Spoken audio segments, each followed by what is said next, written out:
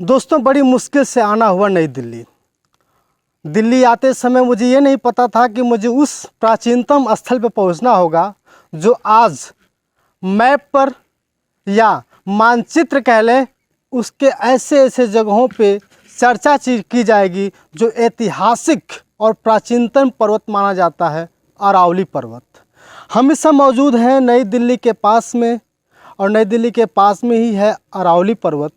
लगभग 4 प्रदेशों को जोड़ता है। मैं उसके बारे में ही बात करूंगा। फिलहाल बात कर लेते हैं दिल्ली में। और आज बता दें कि दिल्ली का कुछ अंश ऐसा माना जाता है कि अरावली पर्वत पर ही स्थित है। और कुछ दिनों पहले खबर आई थी, आपने सुनी होगी, धीरे धीरे अगर यहाँ के पेड़ कटने लगे तो कहीं न कहीं अरावली पर्वत खतरे में पड़ सकता है और दिल्ली बर्बाद हो सकती है। आप आइए जानते हैं कैसे। क्योंकि दिल्ली का कुछ अंश, जैसे मैंने बताया, कि अरावली पर्वत पर स्थित है, जिसकी लंबाई की बात करें तो लगभग 692 किलोमीटर, और ऊंचाई की बात करें तो 1727 मीटर। और इसका सबसे ऊंचा जो स्तंभ मान ले या सबसे बड़ी ऊंचाई है, वो सिरोही में स्थित है। बाकी हम इसके बारे में ज़्यादा चर्चा नहीं करेंगे, बस इतना ही आपको बताएंगे कि अगर इसी तरह अरावली पर्वत के जंगल कटते रहे तो कहीं न कहीं दिल्ली पर बहुत भारी असर पड़ सकता है, यहाँ का लोगों का मानना भी है। दोस्तों, हम बात करते हैं कि जब मैं अरावली पर्वत पहुँचा, अरावली पर्वत जाने का रास्ता बहुत ही खतरनाक है। मैं आप सभी लोगों से चाहूँगा कि अरावली पर्वत अगर आप आना है तो कोशिश करें कि आप अंदर ना जाएं, क्योंकि अंदर जाने से बहुत बड़ा खतरा हो सकता है। और मैं उस खतरे को लांघते हुए मैं आप लोगों के बीच सिर्फ ये दिखाने की कोशिश कर रहा हूँ कि अरावली पर्वत के बारे में लोग जितना भी पढ़े हैं वो सही है। और साथ साथ मैं आपको बता दूं कि अरावली पर्वत के ऐसे ऊंचे नीचे कटान, ऐसे ऊंचे नीचे पत्थर और ऐसी ऊंची नीची खाइयाँ, अगर आपके पैर फिसले तो कहीं न कहीं आपके पैर भी टूट सकते हैं, साथ साथ आपकी जान भी जा सकती है। कुछ दिनों पहले की बात करें तो कुछ दिनों पहले इसके चारों तरफ ऐसी स्थिति थी कि पूरा खुला था, सभी लोग आते जाते थे।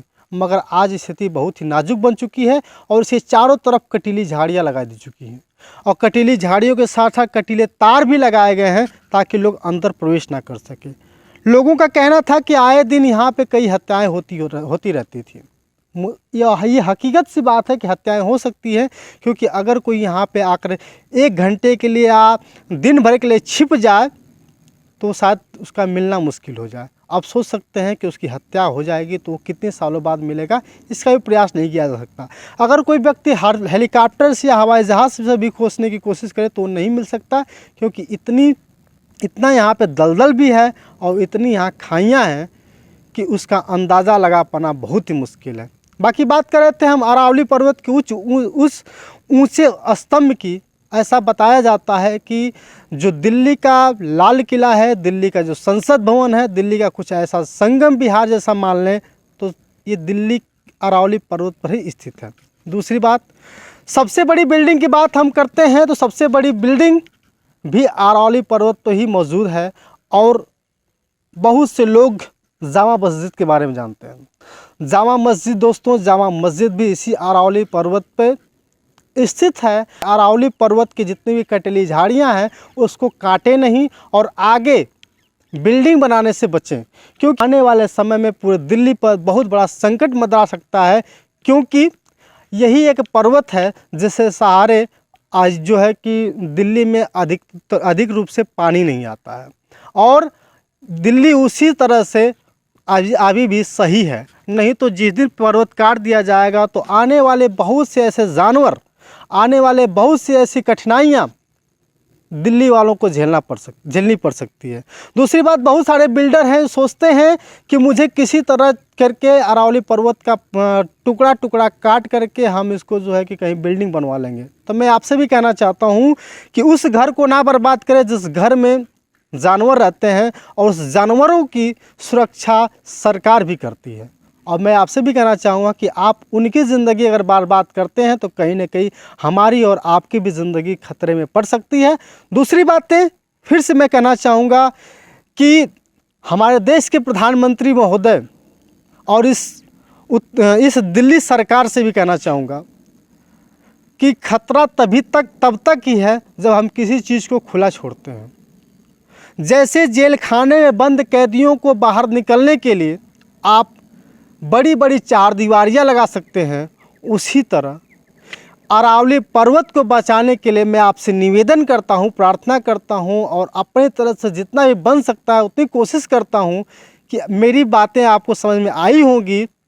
तो कम से कम इसके चारों तरफ जितना अरावली पर्वत है, अरावली पर्वत को एक संरक्षक के रूप में आप जान सकते हैं और इसको संरक्षक कर सकते हैं। तो चारों तरफ बड़ी बड़ी चारदीवारियाँ भी बनवाइए और जिस तरह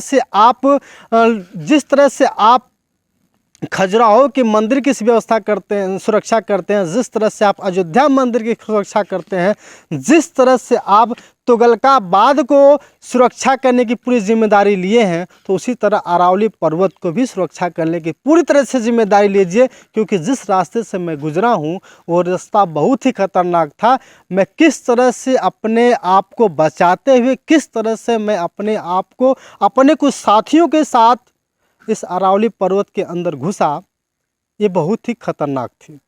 दोस्तों, इस वीडियो को बनाने का आशा यही था कि अरावली पर्वत के बारे में आप लोगों ने बहुत सुना है, लेकिन मैं अपने चैनल के माध्यम से अरावली पर्वत का दृश्य भी दिखा दिया। और यह मैं बता दूं फिर से कि 1727 मीटर की सबसे बड़ी ऊंचाई और 692 किलोमीटर की लंबाई जो हम इस रास्ते से कभी तय नहीं कर सकते। और मैं आपसे भी कहना चाहूँगा कि अगर इस बार फिर कभी अगर आपका भी मूड करे कि मैं अरावली पर्वत में घूमना चाहूँगा, तो मैं इतना ही कहूँगा कि अंदर तक जाने से कोताही बरतें, क्योंकि यहाँ पे बहुत ही खतरनाक जानवर भी हैं जो आपको ज़िंदा निगल सकते हैं। दोस्तों, वीडियो कैसी लगी है कमेंट करके बताइएगा। तो आप देख रहे थे सत्या एक्सप्रेस, मैं हूं सत्यानंद स्वामी, शुक्रिया। चल रहे हो तो जिंदा हो, नजर में ख्वाबों की बिजलियां लेके चल रहे हो तो जिंदा हो। हवा के झोंकों के जैसे आजाद रहना सीखो, तुम एक दरिया के जैसे लहरों में बहना सीखो। हर एक लम्हे से तुम मिलो खोले अपनी बाहें, हर एक पल एक नया समा देखे ये निगाहें। जो अपनी आंखों में हैरानियां लेके चल रहे हो तो जिंदा हो। जोगी न चल रहे हो तो जिंदा हो, नजर में ख्वाबों की बिजलियां लेके चल रहे हो तो जिंदा हो। हवा के झोंकों के जैसे आजाद रहना सीखो, तुम एक दरिया के जैसे लहरों में बहना सीखो।